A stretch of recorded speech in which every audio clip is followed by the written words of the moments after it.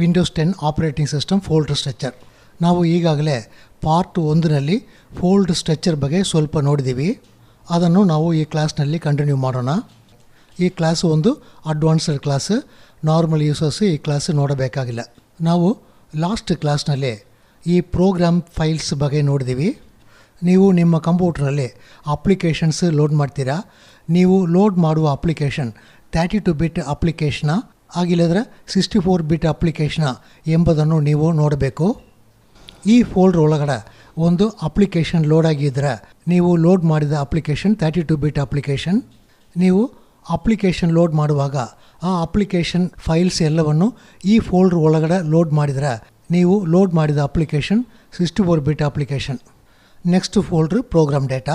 ಈ ಫೋಲ್ಡ್ರನ್ನು right click ಮಾಡಿ ಅದರ ಪ್ರಾಪರ್ಟಿಯನ್ನು ಓಪನ್ ಮಾಡಿ ನೋಡಿದರೆ ಈ ಫೋಲ್ಡ್ರನ್ನ ಸೈಜ್ ನಮಗೆ 1/2 GB ಬರುತ್ತೆ. ನಾವು ನಮ್ಮ ಕಂಪ್ಯೂಟರ್ನಲ್ಲಿ ಇನ್ಸ್ಟಾಲ್ ಮಾಡಿದ ಸಾಫ್ಟ್ವೇರ್ ಡೇಟಾವನ್ನು ಈ ಫೋಲ್ಡರ್ ಒಳಗಡೆ ಸ್ಟೋರ್ ಮಾಡುತ್ತೆ. ಇದು ಒಂದು ಯೂಸರ್ಗೆ ಸ್ವಂತವಾದ ಫೋಲ್ಡರ್ ಅಲ್ಲ. ಕಂಪ್ಯೂಟರ್ನಲ್ಲಿ ಕೆಲಸ ಮಾಡುವ ಎಲ್ಲ ಯೂಸರ್ಸ್ ರನ್ ಮಾಡುವ ಅಪ್ಲಿಕೇಶನ್ಸ್ ಆ ಅಪ್ಲಿಕೇಶನ್ನ ಡೇಟಾವನ್ನು ಈ ಫೋಲ್ಡರ್ ಒಳಗಡೆ ಸ್ಟೋರ್ ಮಾಡುತ್ತೆ. ಈ ಪ್ರೋಗ್ರಾಮ್ ಡೇಟಾ ಫೋಲ್ಡ್ರನ್ನು ಓಪನ್ ಮಾಡಿ ನೋಡಿದರೆ ನಮ್ಮ ಕಂಪ್ಯೂಟರ್ನಲ್ಲಿ ಅಡೋಬ್ ಸಾಫ್ಟ್ವೇರ್ ಮಾತ್ರ ಲೋಡ್ ಮಾಡಿ ಇರ್ತೀವಿ. ಬೇರೆ ಏನೂ ಸಾಫ್ಟ್ವೇರ್ ನಾವು ಲೋಡ್ ಮಾಡಿಲ್ಲ. ನೀವು ನಿಮ್ಮ ಕಂಪ್ಯೂಟರ್ನಲ್ಲಿ ತುಂಬ ಅಪ್ಲಿಕೇಶನ್ಸ್ ಲೋಡ್ ಮಾಡಿ ಇಟ್ಟಿದ್ರೆ ಈ ಫೋಲ್ಡರ್ ಒಳಗಡೆ ನೀವು ಲೋಡ್ ಮಾಡಿದ ಎಲ್ಲ ಅಪ್ಲಿಕೇಶನನ್ನು ಫೋಲ್ಡರ್ಸ್ ಕ್ರಿಯೇಟ್ ಮಾಡುತ್ತೆ. ನೀವು ನಿಮ್ಮ ಕಂಪ್ಯೂಟರ್ನಲ್ಲಿ ತುಂಬ ಅಪ್ಲಿಕೇಶನ್ಸ್ ಲೋಡ್ ಮಾಡಿದರೆ ಈ ಫೋಲ್ಡ್ರನ್ನ ಸೈಜ್ 3 GB ಆಗಿಲ್ಲದ್ರೆ 4 GB ಇರಬಹುದು. ಈ ಫೋಲ್ಡ್ರ್ ಕೆಳಗಡೆ ನಮಗೆ ರಿಕವರಿ ಎಂದು ಒಂದು ಫೋಲ್ಡ್ರ್ ಇದೆ. ನಿಮ್ಮ ಆಪರೇಟಿಂಗ್ ಸಿಸ್ಟಮ್ ಯಾವಾಗಲಾದರೂ ಫೇಲಿಯರ್ ಆಗಿದರೆ ಹಾಗೆಂದರೆ ಬೂಟಪ್ ಆಗಿಲ್ಲದ್ರೆ ನಿಮ್ಮ ಕಂಪ್ಯೂಟ್ರ್ ರಿಪೇರ್ ಮೋಡ್ನಲ್ಲಿ ಆನ್ ಆಗ್ತದೆ. ನಾರ್ಮಲಾಗಿ ನಿಮ್ಮ ಕಂಪ್ಯೂಟ್ರ್ ಬೂಟಪ್ ಆಗಿಲ್ಲದ್ರೆ ಸ್ಟಾರ್ಟಪ್ ಫೇಲಿಯರ್ ಆಗಿದರೆ ಕಂಪ್ಯೂಟ್ರ್ ರಿಪೇರ್ ಮೋಡ್ಗೆ ಹೋಗ್ತದೆ. ಈ ರಿಪೇರ್ ಮೋಡ್ನಲ್ಲಿ ಕಂಪ್ಯೂಟ್ರನ್ನು ಬೂಟ್ ಮಾಡೋದಕ್ಕೆ winre.vim ಈ ಫೈಲನ್ನು ಯೂಸ್ ಮಾಡ್ತಾರೆ. ನೀವು ಕಂಪ್ಯೂಟ್ರು ಚೆನ್ನಾಗಿ ಕೆಲಸ ಮಾಡುವಾಗ ರಿಪೇರ್ ಡಿಸ್ಕನ್ನು ಪೆನ್ ಡ್ರೈವ್ನಲ್ಲಿ ಕ್ರಿಯೇಟ್ ಮಾಡ್ತೀರಾ. ಆ ಥರ ರಿಪೇರ್ ಡಿಸ್ಕನ್ನು ನೀವು ಕ್ರಿಯೇಟ್ ಮಾಡಿದರೆ ಆ ಪೆನ್ ಡ್ರೈವ್ ಒಳಗಡೆ winre.vim ಎನ್ನುವ ಈ ಫೈಲನ್ನು ನಿಮಗೆ ಸೇವ್ ಮಾಡುತ್ತೆ. ವಿಂಡೋಸ್ ಆಪರೇಟಿಂಗ್ ಸಿಸ್ಟಮ್ನಲ್ಲಿ winre.vim ಎನ್ನುವ ಈ ಫೈಲನ್ನು ಈ ರಿಕವರಿ ಫೋಲ್ಡರ್ ಒಳಗಡೆ ಸ್ಟೋರ್ ಮಾಡಿ ಇಟ್ಟಿರ್ತಾರೆ. ಆದ್ದರಿಂದ ನಿಮ್ಮ ಆಪರೇಟಿಂಗ್ ಸಿಸ್ಟಮ್ ಯಾವುದಾದ್ರೂ ಒಂದು ಕಾರಣದಿಂದ ಕರೆಕ್ಟಾಗಿ ಬೂಟ್ ಆಗಿಲ್ಲದ್ರೆ ನಿಮ್ಮ ಕಂಪ್ಯೂಟ್ರ್ ಆನ್ ಮಾಡುವಾಗ ರಿಪೇರ್ ಮೋಡ್ಗೆ ಹೋಗುತ್ತೆ. ಬೂಟ್ ಸ್ಕ್ರೀನಲ್ಲಿ ನಿಮಗೆ ಬ್ಲೂ ಕಲರ್ನಲ್ಲಿ ಈ ಥರ ಬಾಕ್ಸ್ ತೋರಿಸುತ್ತೆ. ನೀವು ಕಮಾಂಡ್ ಪ್ರಾಂಪ್ಟ್ಗೆ ಹೋಗ್ತೀರಾ, ರಿಕವರಿ ಮೋಡ್ಗೆ ಹೋಗ್ತೀರಾ, ಕಂಪ್ಯೂಟ್ರನ್ನು ರೆಸ್ಟೋರ್ ಮಾಡ್ತೀರಾ ಎಂದು ಕೇಳುತ್ತೆ. ಈ ಥರ ಕಂಪ್ಯೂಟ್ರನ್ನು ರಿಪೇರ್ ಮೋಡ್ನಲ್ಲಿ ಸ್ಟಾರ್ಟ್ ಮಾಡೋದಕ್ಕೆ winre.vim ಎನ್ನುವ ಫೈಲನ್ನು ಈ ರಿಕವರಿ ಫೋಲ್ಡರ್ ಒಳಗಡೆ ಸ್ಟೋರ್ ಮಾಡಿ ಇಟ್ಟಿರ್ತಾರೆ. ಈ ಫೋಲ್ಡ್ರನ್ನ ಸೈಜ್ ನಮಗೆ ಮ್ಯಾಕ್ಸಿಮಮ್ 250 MB ಬರುತ್ತೆ. ಈ ಫೋಲ್ಡ್ರನ್ನು ನಾರ್ಮಲಾಗಿ ಹೈಡ್ ಮಾಡಿ ಇಟ್ಟಿರ್ತಾರೆ. ಈ ಫೋಲ್ಡ್ರನ್ನು ನೀವು ಡಿಲೀಟ್ ಮಾಡಬಾರ್ದು. ನೀವು ಈ ಫೋಲ್ಡ್ರನ್ನು ಡಿಲೀಟ್ ಮಾಡಿದರೆ ನಿಮ್ಮ ಕಂಪ್ಯೂಟರ್ನಲ್ಲಿ ಸ್ಟಾರ್ಟಪ್ನಲ್ಲಿ ಏನಾದರೂ ಪ್ರಾಬ್ಲಮ್ ಬಂದಿದ್ರೆ ನಿಮ್ಮ ಕಂಪ್ಯೂಟ್ರ್ ರಿಪೇರ್ ಮೋಡ್ನಲ್ಲಿ ಬೂಟ್ ಆಗಲ್ಲ. ನಾವು ಬರುವ ಕ್ಲಾಸಸ್ನಲ್ಲಿ ರಿಕವರಿ ಡಿಸ್ಕನ್ನು ಕ್ರಿಯೇಟ್ ಮಾಡ್ತೀವಿ. ಆವಾಗ ಈ winre.vim ಎನ್ನುವ ಈ ಫೈಲನ್ನು ಪೆನ್ ಡ್ರೈವ್ನಲ್ಲಿ ನಾವು ಯಾವ ಥರ ಕಾಪಿ ಮಾಡ್ತೀವಿ ಎಂಬುದನ್ನು ನೋಡೋಣ. ಇದರ ಕೆಳಗಡೆ ಸಿಸ್ಟಮ್ ವಾಲ್ಯೂಮ್ ಇನ್ಫಾರ್ಮೇಷನ್ ಎಂದು ಒಂದು ಫೋಲ್ಡ್ರ್ ಇದೆ. ಈ ಥರ ಒಂದು ಫೋಲ್ಡ್ರ್ ನಿಮ್ಮ ಕಂಪ್ಯೂಟರ್ನಲ್ಲಿ C drive, E drive, F drive ಎಲ್ಲ ಡ್ರೈವ್ನಲ್ಲಿ ಇರುತ್ತೆ. ಈ ಫೋಲ್ಡ್ರ್ ಒಳಗಡೆ ಅವರು ಯಾವ ಥರ ಡೇಟಾ ಸ್ಟೋರ್ ಮಾಡಿ ಇಟ್ಟಿರ್ತಾರೆ ಅಂದರೆ ಈ ಸಿ ಡ್ರೈವ್ನ ಪಾರ್ಟಿಷನ್ ಇನ್ಫಾರ್ಮೇಷನ್ ಒಳಗಡೆ ಸ್ಟೋರ್ ಮಾಡಿ ಇಟ್ಟಿರ್ತಾರೆ. ನಾವು ಜನರಲ್ ಆಗಿ ಈ ಸಿ ಡ್ರೈವನ್ನು ಒಂದು ಪಾರ್ಟಿಷನ್ ಎಂದು ಹೇಳ್ತೀವಿ. ಆದರೆ ವಿಂಡೋಸ್ ಆಪರೇಟಿಂಗ್ ಸಿಸ್ಟಮ್ನಲ್ಲಿ ಈ ಪಾರ್ಟಿಷನನ್ನು ಈಗ ವಾಲ್ಯೂಮ್ ಎಂದು ಹೇಳ್ತಾರೆ. ಈ ಸಿ ಡ್ರೈವ್ ವಾಲ್ಯೂಮ್ ಇನ್ಫಾರ್ಮೇಷನನ್ನು ಈ ಫೋಲ್ಡ್ರ್ ಒಳಗಡೆ ಸ್ಟೋರ್ ಮಾಡಿ ಇಟ್ಟಿರ್ತಾರೆ. ನೀವು ಕಂಪ್ಯೂಟರ್ನಲ್ಲಿ ರೆಸ್ಟೋರ್ ಪಾಯಿಂಟ್ ಕ್ರಿಯೇಟ್ ಮಾಡ್ತೀರಾ.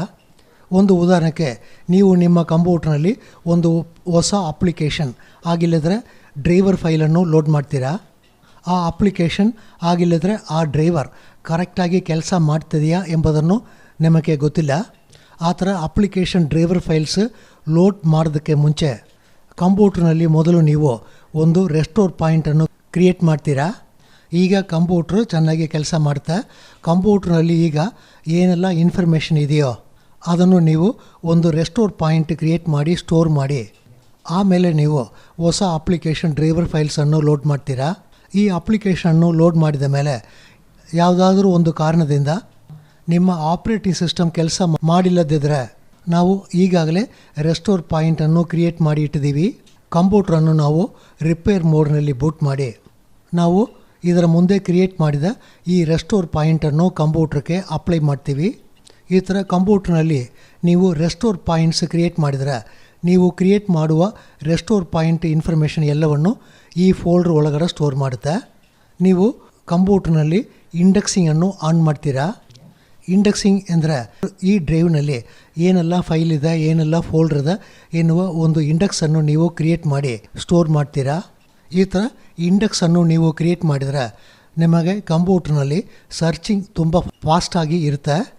ನೀವು ಸರ್ಚಿಂಗಾಗಿ ಒಂದು ಫೈಲು ಫೋಲ್ಡ್ರ್ ನೇಮನ್ನು ಟೈಪ್ ಮಾಡಿದರೆ ಸಿ ಡ್ರೈವ್ನಲ್ಲಿ ಆ ಹೆಸರಿನಲ್ಲಿ ಫೈಲ್ ಎಲ್ಲಿದೆ ಎಂಬುದನ್ನು ಕಂಪ್ಯೂಟ್ರ್ ಟೋಟಲಾಗಿ ಸರ್ಚ್ ಮಾಡಬೇಕಾಗಿಲ್ಲ. ನಾವು ಇದರ ಮುಂದೆ ಇಂಡೆಕ್ಸಿಂಗನ್ನು ಕ್ರಿಯೇಟ್ ಮಾಡಿದ್ದೀವಿ. ಆದ್ದರಿಂದ ಸಿ ಡ್ರೈವ್ನಲ್ಲಿ ಏನೆಲ್ಲ ಫೈಲ್ಸ್ ಫೋಲ್ಡ್ರ್ ಇದೆ ಎನ್ನುವ ಇನ್ಫಾರ್ಮೇಷನ್ ಇಂಡೆಕ್ಸ್ ಒಳಗಡೆ ಇರುತ್ತೆ. ಈ ಇಂಡೆಕ್ಸನ್ನು ನೋಡಿ ನೀವು ಸರ್ಚ್ ಮಾಡಿದ ಇನ್ಫಾರ್ಮೇಷನ್ ನಿಮಗೆ ಇಮಿಡಿಯೇಟಾಗಿ ಡಿಸ್ಪ್ಲೇ ಮಾಡುತ್ತೆ. ನೀವು ಈ ಡ್ರೈವ್ನಲ್ಲಿ ಇಂಡೆಕ್ಸಿಂಗನ್ನು ಆನ್ ಮಾಡಿದರೆ ಈ ಇಂಡೆಕ್ಸ್ ಕ್ರಿಯೇಟ್ ಮಾಡುವ ಡೇಟಾಬೇಸ್ ಎಲ್ಲವನ್ನು ಈ ಸಿಸ್ಟಮ್ ವಾಲ್ಯೂಮ್ ಇನ್ಫಾರ್ಮೇಷನ್ ಫೋಲ್ಡ್ರ್ ಒಳಗಡೆ ನಿಮಗೆ ಸ್ಟೋರ್ ಮಾಡುತ್ತೆ. ಈ ಫೋಲ್ಡ್ರನ್ನು ನಿಮಗೆ ನಾರ್ಮಲಾಗಿ ಓಪನ್ ಮಾಡೋದಕ್ಕೆ ಅಲೋ ಮಾಡಲ್ಲ. ಈ ಫೋಲ್ಡ್ರನ್ನು ಹೈಡ್ ಮಾಡಿ ಇಟ್ಟಿರ್ತಾರೆ.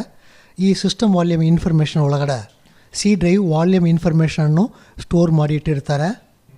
ನೀವು ಕಂಪ್ಯೂಟ್ರ್ನಲ್ಲಿ ರೆಸ್ಟೋರ್ ಪಾಯಿಂಟ್ಸ್ ಕ್ರಿಯೇಟ್ ಮಾಡ್ತೀರಾ. ರೆಸ್ಟೋರ್ ಪಾಯಿಂಟ್ ಇನ್ಫಾರ್ಮೇಷನ್ ಎಲ್ಲವನ್ನು ಈ ಫೋಲ್ಡ್ರ್ ಒಳಗಡೆ ಸ್ಟೋರ್ ಮಾಡಿ ಇಟ್ಟಿರುತ್ತೆ. ನೀವು ಸಿ ಡ್ರೈವ್ನಲ್ಲಿ ಇಂಡೆಕ್ಸಿಂಗ್ ಆನ್ ಮಾಡಿದರೆ ಇಂಡೆಕ್ಸಿಂಗ್ ಕ್ರಿಯೇಟ್ ಮಾಡುವ ಈ ಡೇಟಾಬೇಸ್ ಈ ಫೋಲ್ಡ್ರ್ ಒಳಗಡೆ ಸ್ಟೋರ್ ಮಾಡುತ್ತೆ. ನಿಮ್ಮ ಕಂಪ್ಯೂಟ್ರ್ನಲ್ಲಿ ಸಿ ಡ್ರೈವ್ನಲ್ಲಿ ಫ್ರೀ ಸ್ಪೇಸ್ ಇಲ್ಲ ಎನ್ನುವ ಒಂದು ಸಿಚುವೇಶನ್ ಬಂದಿದ್ರೆ ನೀವು ನಿಮ್ಮ ಕಂಪ್ಯೂಟ್ರ್ನಲ್ಲಿ ಓಲ್ಡ್ ರೆಸ್ಟೋರ್ ಪಾಯಿಂಟ್ಸ್ ಕ್ರಿಯೇಟ್ ಮಾಡಿ ಇಟ್ಟಿರ್ತೀರಾ. ತುಂಬ ಓಲ್ಡ್ ರೆಸ್ಟೋರ್ ಪಾಯಿಂಟ್ಸ್ ನಮಗೆ ಬೇಕಾಗಿಲ್ಲ. ಒಂದು ಉದಾಹರಣೆಗೆ 8 ತಿಂಗಳು ಅಥವಾ 10 ತಿಂಗಳು ಮುಂಚೆ ನೀವು ಕ್ರಿಯೇಟ್ ಮಾಡಿದ ರೆಸ್ಟೋರ್ ಪಾಯಿಂಟನ್ನು ನೀವು ಈಗ ಯೂಸ್ ಮಾಡಲ್ಲ. ಆ ಥರ ಓಲ್ಡ್ ರೆಸ್ಟೋರ್ ಪಾಯಿಂಟನ್ನು ನಾವು ಡಿಲೀಟ್ ಮಾಡ್ಬೋದು. ಈ ಥರ ಓಲ್ಡ್ ರೆಸ್ಟೋರ್ ಪಾಯಿಂಟ್ಸನ್ನು ನೀವು ಡಿಲೀಟ್ ಮಾಡಿದರೆ ನಿಮಗೆ ಸಿ ಡ್ರೈವ್ನಲ್ಲಿ ಫ್ರೀ ಸ್ಪೇಸ್ ಹೆಚ್ಚಾಗುತ್ತೆ. ಈ ರೆಸ್ಟೋರ್ ಪಾಯಿಂಟನ್ನು ನೀವು ಡಿಲೀಟ್ ಮಾಡಬೇಕು ಅಂದರೆ ಸಿಸ್ಟಮ್ ಪ್ರಾಪರ್ಟಿಯನ್ನು ಓಪನ್ ಮಾಡಬೇಕು. ಇಲ್ಲಿ ಸರ್ಚ್ನಲ್ಲಿ ಸಿಸ್ಟಮ್ ಪ್ರಾಪರ್ಟಿ ಎಂದು ಟೈಪ್ ಮಾಡಿದರೆ ಕ್ರಿಯೇಟ್ ರೆಸ್ಟೋರ್ ಪಾಯಿಂಟ್ ಎಂದಿರುತ್ತೆ. ಇದನ್ನು ಕ್ಲಿಕ್ ಮಾಡಿ ಓಪನ್ ಮಾಡೋಣ. ಈ ಸಿಸ್ಟಮ್ ಪ್ರಾಪರ್ಟಿ ಡೈಲಾಗ್ ಬಾಕ್ಸ್ನಲ್ಲಿ ಸಿಸ್ಟಮ್ ಪ್ರೊಟೆಕ್ಷನ್ ಎನ್ನುವ ಈ ಟ್ಯಾಬ್ನಲ್ಲಿ ನಾವು ರೆಸ್ಟೋರ್ ಪಾಯಿಂಟ್ಸ್ ಕಾನ್ಫಿಗರ್ ಮಾಡ್ತೀವಿ. ಇಲ್ಲಿ ನೀವು ಕಾನ್ಫಿಗರ್ ಎಂಬುದನ್ನು ಕ್ಲಿಕ್ ಮಾಡಿದರೆ ನಿಮ್ಮ ಕಂಪ್ಯೂಟ್ರ್ನಲ್ಲಿ ಹಾರ್ಡ್ ಡಿಸ್ಕ್ನಲ್ಲಿ ರೆಸ್ಟೋರ್ ಪಾಯಿಂಟನ್ನು ಸೇವ್ ಮಾಡೋದಕ್ಕೆ ಎಷ್ಟು % ಹಾರ್ಡ್ ಡಿಸ್ಕನ್ನು ಯೂಸ್ ಮಾಡಬಹುದು ಎಂಬುದನ್ನು ನೀವು ಇಲ್ಲಿ ಸೆಟ್ ಮಾಡಬಹುದು. ನಿಮ್ಮ ಸಿ ಡ್ರೈವ್ನಲ್ಲಿ ಫ್ರೀ ಸ್ಪೇಸ್ ಇಲ್ಲದಿದ್ದರೆ ನೀವು ಕ್ರಿಯೇಟ್ ಮಾಡಿದ ಓಲ್ಡ್ ರೆಸ್ಟೋರ್ ಪಾಯಿಂಟ್ಸನ್ನು ಡಿಲೀಟ್ ಮಾಡಬಹುದು. ನಾವು ಈ ಕಂಪ್ಯೂಟ್ರ್ನಲ್ಲಿ ರೆಸ್ಟೋರ್ ಪಾಯಿಂಟ್ ಏನೂ ಕ್ರಿಯೇಟ್ ಮಾಡಿಲ್ಲ. ಆದ್ದರಿಂದ ಈ ಕಂಪ್ಯೂಟ್ರ್ನಲ್ಲಿ ಈ ಫೋಲ್ಡ್ರ್ ಒಳಗಡೆ ತುಂಬ ಡೇಟಾ ಏನೂ ಇರಲ್ಲ. ಯೂಸರ್ ಫೋಲ್ಡ್ರ್ ಬಗ್ಗೆ ನಾವು ಒಂದು 3 ಕ್ಲಾಸ್ನಲ್ಲಿ ನೋಡಿದ್ದೀವಿ. ಈ ಡ್ರೈವ್ನಲ್ಲಿರುವ ತುಂಬ ಇಂಪಾರ್ಟೆಂಟ್ ಫೋಲ್ಡ್ರ್ ಎಂದರೆ ವಿಂಡೋಸ್ ಫೋಲ್ಡ್ರ್. ಇದರ ಕೆಳಗಡೆ ವಿಂಡೋಸ್ ಓಲ್ಡ್ ಎಂದು ಒಂದು ಫೋಲ್ಡ್ರ್ ಇದೆ. ನೀವು ನಿಮ್ಮ ಕಂಪ್ಯೂಟ್ರನ್ನು ವಿಂಡೋಸ್ 8.1 ಆಪರೇಟಿಂಗ್ ಸಿಸ್ಟಮಿಂದ ಕಂಪ್ಯೂಟ್ರನ್ನು ವಿಂಡೋಸ್ 10ಕ್ಕೆ ಅಪ್ಗ್ರೇಡ್ ಮಾಡಿದರೆ ನಿಮ್ಮ ಕಂಪ್ಯೂಟ್ರ್ನಲ್ಲಿ ಈ ಥರ ವಿಂಡೋಸ್ ಓಲ್ಡ್ ಎಂದು ಒಂದು ಫೋಲ್ಡ್ರ್ ಇರುತ್ತೆ. ಒಂದು ಉದಾಹರಣೆಗೆ ನೀವು ನಿಮ್ಮ ಕಂಪ್ಯೂಟ್ರನ್ನು ವಿಂಡೋಸ್ 8.1 ಆಪರೇಟಿಂಗ್ ಸಿಸ್ಟಮಿಂದ ವಿಂಡೋಸ್ 10ಕ್ಕೆ ಅಪ್ಗ್ರೇಡ್ ಮಾಡ್ತೀರಾ. ಈ ಥರ ಅಪ್ಗ್ರೇಡ್ ಮಾಡುವಾಗ ನಿಮ್ಮ ಓಲ್ಡ್ ಆಪರೇಟಿಂಗ್ ಸಿಸ್ಟಮ್ ಇನ್ಫಾರ್ಮೇಷನನ್ನು ಈ ವಿಂಡೋಸ್ ಓಲ್ಡ್ ಎನ್ನುವ ಫೋಲ್ಡ್ರ್ ಒಳಗಡೆ ಸ್ಟೋರ್ ಮಾಡುತ್ತೆ. ನೀವು ಅಪ್ಗ್ರೇಡ್ ಮಾಡುವ ಹೊಸ ವಿಂಡೋಸ್ 10 ಆಪರೇಟಿಂಗ್ ಸಿಸ್ಟಮ್ ಇನ್ಫಾರ್ಮೇಷನ್ ಎಲ್ಲವನ್ನು ಈ ವಿಂಡೋಸ್ ಫೋಲ್ಡ್ರ್ ಒಳಗಡೆ ಸ್ಟೋರ್ ಮಾಡುತ್ತೆ. ನೀವು ಈ ಥರ ಅಪ್ಗ್ರೇಡ್ ಮಾಡಿದ ಮೇಲೆ ನೀವು ವಿಂಡೋಸ್ 10 ಬೇಡ ಎಂದು ನೆನೆದರೆ 1 ತಿಂಗಳ ಒಳಗಡೆ ನೀವು ವಿಂಡೋಸ್ 10ನಿಂದ ವಿಂಡೋಸ್ 8.1ಕ್ಕೆ ಹೋಗಬಹುದು. ನೀವು ಅಪ್ಗ್ರೇಡ್ ಮಾಡಿದಿರಾ, ನೀವು ವಿಂಡೋಸ್ 10 ಚೆನ್ನಾಗಿ ಕೆಲಸ ಮಾಡುತ್ತೆ ಎಂದು ನೆನೆದರೆ ಈ ವಿಂಡೋಸ್ ಓಲ್ಡ್ ಫೋಲ್ಡ್ರನ್ನು ನೀವು ಡಿಲೀಟ್ ಮಾಡಬಹುದು. ಈ ಫೋಲ್ಡ್ರನ್ನು ನೀವು ಡೈರೆಕ್ಟಾಗಿ ಮ್ಯಾನ್ಯುಲ್ ಆಗಿ ಡಿಲೀಟ್ ಮಾಡಬಾರ್ದು. ಆಪರೇಟಿಂಗ್ ಸಿಸ್ಟಮ್ ಹತ್ರ ಈ ಫೋಲ್ಡ್ರನ್ನು ಡಿಲೀಟ್ ಮಾಡಬೇಕು ಎಂದು ನೀವು ಹೇಳಬೇಕು. ನೀವು ಡಿಸ್ಕ್ ಕ್ಲೀನಪ್ ಎನ್ನುವ ಸಾಫ್ಟ್ವೇರನ್ನು ರನ್ ಮಾಡಿದರೆ ನಿಮಗೆ ಈ ಥರ ಒಂದು ಪೇಜ್ ತೋರಿಸುತ್ತೆ. ಇಲ್ಲಿ ಓಕೆ ಕ್ಲಿಕ್ ಮಾಡಿದರೆ ನೆಕ್ಸ್ಟ್ ಪೇಜ್ನಲ್ಲಿ ಕೆಳಗಡೆ ಕ್ಲೀನಪ್ ಸಿಸ್ಟಮ್ ಫೈಲ್ ಎಂದು ಒಂದು ಆಪ್ಷನ್ ಇದೆ. ಇದನ್ನು ನೀವು ಸೆಲೆಕ್ಟ್ ಮಾಡಿದರೆ ನಿಮಗೆ ವಿಂಡೋಸ್ 10 ಓಲ್ಡ್ ಫೋಲ್ಡ್ರ್ ಇಲ್ಲಿ ತೋರಿಸುತ್ತೆ. ಆ ಓಲ್ಡ್ ಫೋಲ್ಡ್ರನ್ನು ಡಿಸ್ಕ್ ಕ್ಲೀನಪ್ನಲ್ಲಿ ಕ್ಲೀನ್ ಮಾಡಬೇಕು ಎಂದು ಹೇಳಿ ಈ ವಿಂಡೋಸು ಓಲ್ಡ್ ಫೋಲ್ಡ್ರನ್ನು ನೀವು ಡಿಲೀಟ್ ಮಾಡಬಹುದು. ನಾವು ಈಗ ಕಂಪ್ಯೂಟರ್ನಲ್ಲಿ ವಿಂಡೋಸ್ 10 ಆಪರೇಟಿಂಗ್ ಸಿಸ್ಟಮ್ ಯೂಸ್ ಮಾಡ್ತೀವಿ. ಈಗ ನಾವು ವಿಂಡೋಸ್ 10ನ ವೆರ್ಷನ್ 16 ಯೂಸ್ ಮಾಡ್ತೀವಿ ಎಂದುಕೊಳ್ಳೋಣ. ನೀವು ವೆರ್ಷನನ್ನು 1706 ಎನ್ನುವ ವೆರ್ಷನ್ಗೆ ಅಪ್ಗ್ರೇಡ್ ಮಾಡ್ತೀರಾ. ಈ ಥರ ನೀವು ಅಪ್ಗ್ರೇಡ್ ಮಾಡಿದರೆ ನಿಮ್ಮ ಓಲ್ಡ್ ವೆರ್ಷನನ್ನು ಈ ವಿಂಡೋಸ್ 10 ಎನ್ನುವ ಫೋಲ್ಡ್ರ್ ಒಳಗಡೆ ಸ್ಟೋರ್ ಮಾಡುತ್ತೆ. ನೀವು ಅಪ್ಗ್ರೇಡ್ ಮಾಡುವ ಈ ಹೊಸ ವೆರ್ಷನನ್ನು ಈ ವಿಂಡೋಸ್ ಫೋಲ್ಡ್ರ್ ಒಳಗಡೆ ಸ್ಟೋರ್ ಮಾಡುತ್ತೆ.